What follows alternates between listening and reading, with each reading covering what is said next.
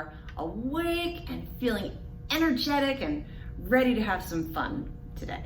It's been so nice outside lately, hasn't it? Have you been outside playing? I have. I've been going for lots of runs in the sunshine and having a great time. We got to take advantage of it before it gets too cold, right? But I'm glad that you're in here with me today because I've got some really good stories and some music to share with you. And I'm really looking forward to it. I hope you are too. So, you ready to get started? Get those hands ready. Get ready to clap along. Clap your hands if you love stories. Clap your hands, I know you do. I'm so glad that we could be together. Glad to share story time with you. Hi. Do you know who this is? What kind of animal this is? I know you probably can't see, but look at that. He's got a big shell on top of him. What kind of animal is this? It's a turtle, right?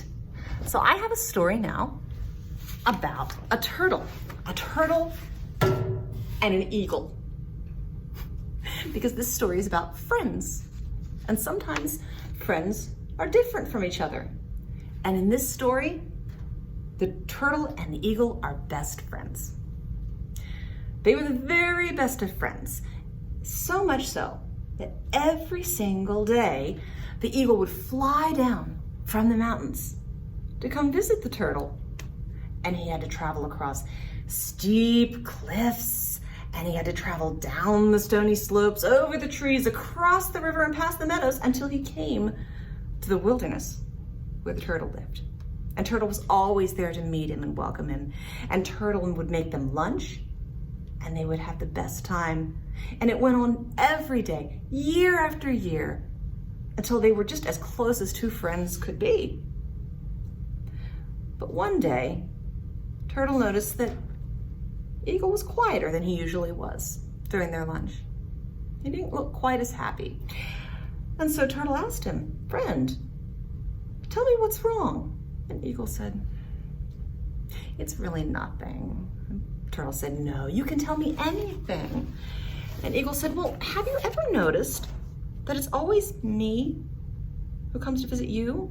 All these years, I don't think you've ever come to visit me at my house even one time."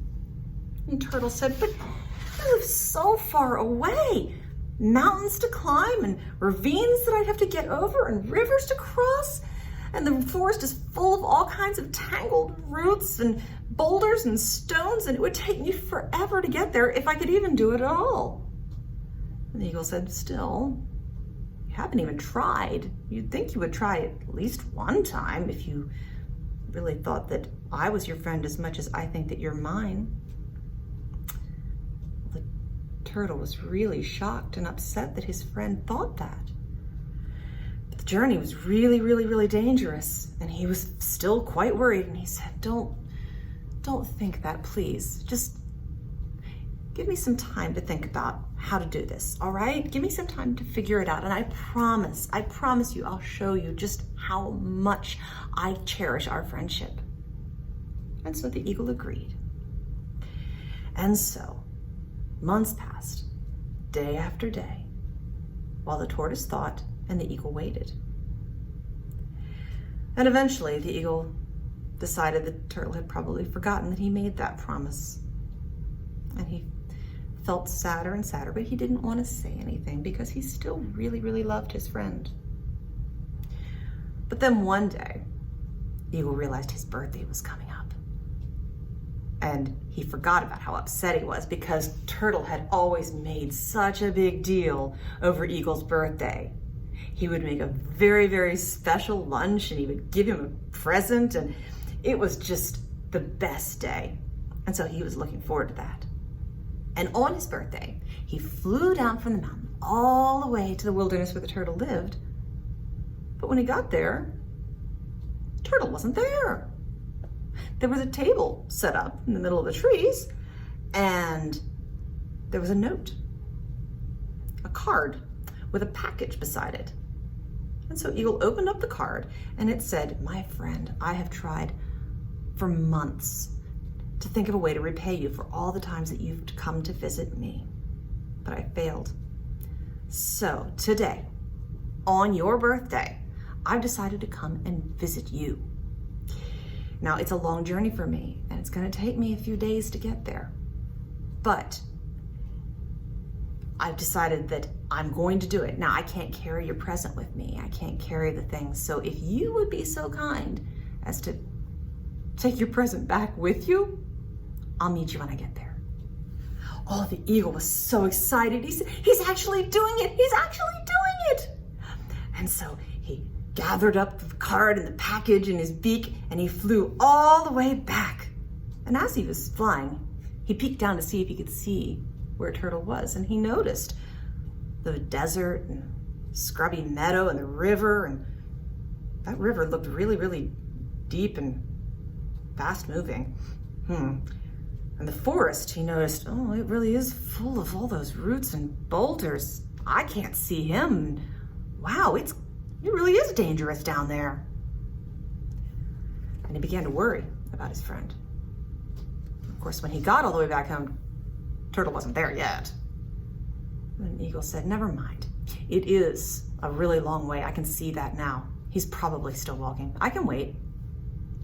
And he waited and waited and waited. And then he began to worry because the side of the mountain was really, really steep. And the turtle had such tiny legs. There were a million places that you could just fall down the side of the mountain and be really, really hurt. The eagle decided that he would fly down a bit and see if he could find him and give him a little help, at least with the end. So he flew off over the mountain, up and down, looking all over the place, and there was no sign at all of the turtle. One of the other eagles was watching him. He said, "Well, maybe he fell into a ravine." And one of the other eagles said, "Maybe he crept past you and he's already waiting for you back at home." The eagle didn't want to think about the ravine business, so he flew back to his nest hoping, but no turtle there. "Maybe one of my cousins found him," said the crocodile. And the eagle thought, well, maybe he is still down by the river. And so he flew down to the river to see. He wouldn't be able to swim with his shell so heavy, maybe he would drown.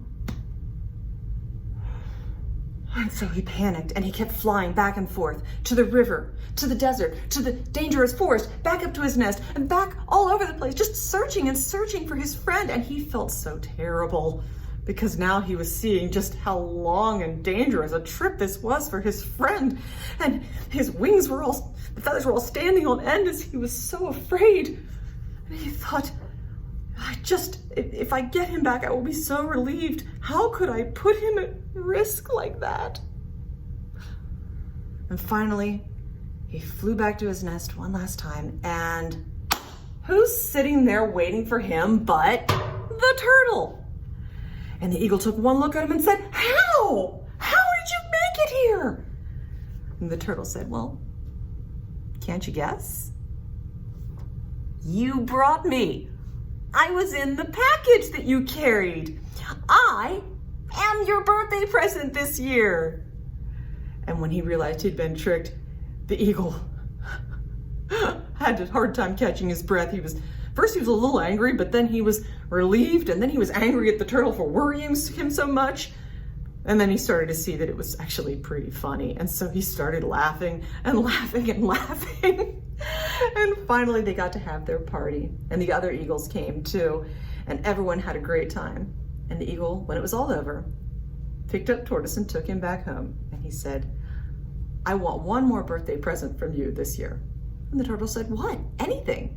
He said, "Don't you ever come to visit me ever again. I can't handle the stress." The end. Let's do Where is Thumbkin? What do you think? This one's hard to do sometimes in the middle, but we can do it. Put your hands behind your back. Where is Thumbkin? Where is Thumbkin? Here I am. Here I am. How are you today, sir? Very well, I thank you. Run away. Run away. Where is Pointer? Where is Pointer? Here I am. Here I am. How are you today, sir? Very well, I thank you. Run away. Run away. Here. Where is Middleman? Where is Middleman? Here I am. Oh, he's hard to stand up by himself, isn't he? Here I am. How are you today, sir? Very well, I thank you. Run away. Run away. Where is Ringman? Where is Ringman? Here I am. Here I am. How are you today, sir? Very well, I thank you. Run away. Run away. Last one. Where is Pinky? Where is Pinky? Here I am. Here I am. How are you today, sir? Very well, I thank you. Run away. Run away. Ah, all the fingers got a good stretch from that one, right? This story is another story about good friends. Secret friends, kind of. You'll see. So once upon a time, there was a shoemaker. He was a very honest and kind shoemaker, someone who makes shoes. Did you know that there were people who did that? Well, how else do shoes get into the world? But he did his work as well as he could, but he was really kind of poor. No matter how hard he tried, he couldn't save up very much money, much more money than he needed to buy the materials to make the shoes that he could sell. Every evening, he would cut out the pieces of the shoe from a piece of leather. That's what he made his shoes from. He would cut out the bottoms and he would cut out the sides and the top, and they'd be all ready to sew together. And then he would put them aside very neatly so he could start working on them the next day. Very, very early, he would get up to work on those shoes, and that was how he lived his life. And he was poor and honest, but he had a light heart. He believed everything would turn out well in the end. And so he would be able to go to sleep with a light conscience and everything was well. So one night he fell asleep and he was worried because you see, that day when he was cutting the leather, he realized that that was all the leather he had left. He couldn't buy any more leather to make shoes. Even when he sold this pair, it wouldn't make enough money for him to be able to buy more leather, and he didn't know what was going to happen. But he really believed everything was going to turn out okay. And so after he had cut out the leather, he went to sleep. But something was different. When he woke up that morning, instead of finding the pieces of leather on his bench, he found a pair of shoes already put together. Now he knew that he hadn't been the one to sew them together. And in fact, these were really, really good shoes. He looked at them, he almost felt a little bit jealous because they were better than anything he could make. The stitches were so tiny and perfect, he could hardly tell one from the next. But he wasn't going to look a gift horse in the mouth. That means he wasn't going to take that for granted. So he decided there was nothing for it but to sell the shoes. And he did. And boy, those shoes sold for a lot more money than his shoes normally did. And with that, he was able to buy materials, not just for one pair of shoes, but for 2 more. So that day he finished cutting out the leather for those 2 pairs of shoes. And he was tired, snuggled up with his teddy bear, went to sleep. And the next morning, when he woke up, there were 2 fantastic, beautiful pairs of shoes sitting on the bench. Just as nice as the first pair had been. He picked them up and he looked all over them, just trying to find one bad stitch, one mistake. He couldn't find a single one. It was amazing. 2 men came into the shop and bought those shoes for a lot of money. And he was able to go out and buy more materials and even better kind of leather than he'd been using. And that was kind of the way it went after that. He would buy the supplies, he would cut out the pieces, and in the morning, all the leather would have been stitched together by someone. He didn't know how. He was locking the door to his shop. There shouldn't have been anyone able to get in. The only person there with him was his wife, and she was just as confused as he was. But they decided they were not going to complain. It was a blessing, and they were going to be thankful for that blessing. It went on and on and on that way, with the shoes selling for more and him able to buy more materials until the shoemaker and his wife were no longer poor. They were wealthy. They no longer had any sorts of problems. They would be set for the rest of their lives.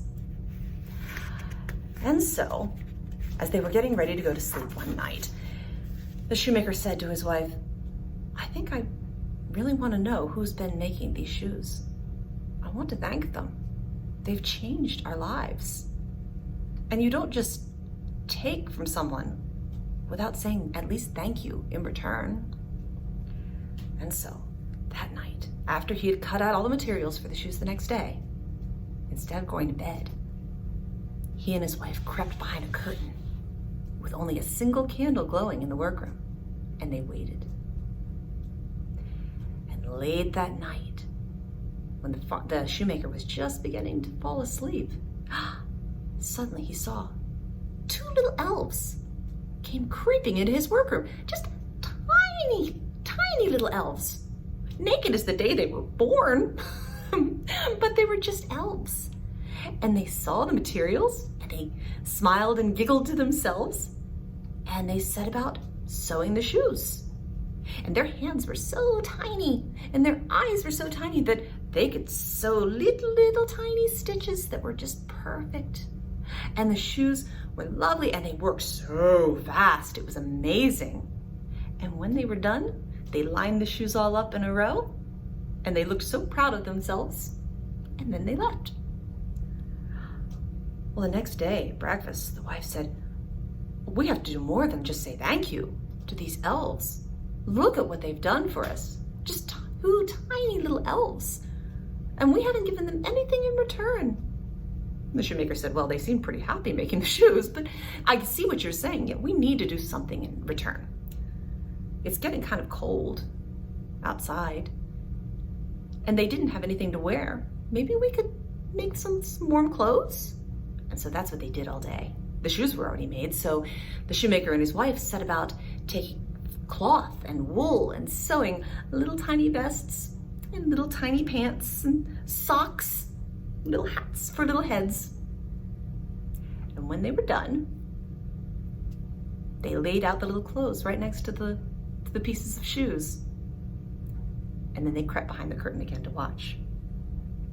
And late at night, when those elves crept into the workroom, when they saw those clothes, they got so excited. They took each other's hands and danced around and around and around in circles, and they put on the clothes and they modeled for each other and showed off their new hats and their new socks, and they were just as pleased as they could be. And they finished sewing the shoes and left, and they never came back after that day, but that was okay. That was okay because the shoemaker had been given far more than he ever could have hoped to have. And he was just glad to have been able to give back too. Okay, it's been a while since I've done one of these with you.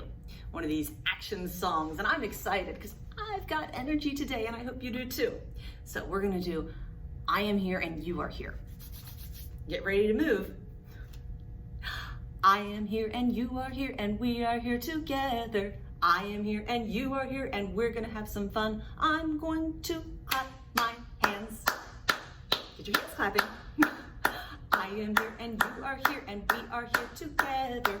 I am here and you are here and we're gonna have some fun. I'm going to clap my hands. I'm going to nod my head. I am here and you are here and we are here together. I am here and you are here and we're gonna have some fun. I'm going to clap my hands. I'm going to nod my head. I'm going to shrug my shoulders. I am here and you are here and we are here together. I am here and you are here and we're gonna have some fun. I'm going to clap my hands. I'm going to nod my head. I'm going to shrug my shoulders. I'm going to stomp my feet. Can you do all this? I am here and you are here and we are here together. I am here and you are here and we're gonna have some fun. I'm going to clap my hands. I'm going to nod my head. I'm going to shrug my shoulders. I'm going to stomp my feet. I'm going to turn around. You keep turning around. I am here and you are here and we are here together. I am here and you are here and we're gonna have some fun. I'm going to clap my hands. I'm going to nod my head. I'm going to shrug my shoulders. I'm going to stomp my feet. I'm going to turn around. I'm going to fall right down. Are you dizzy?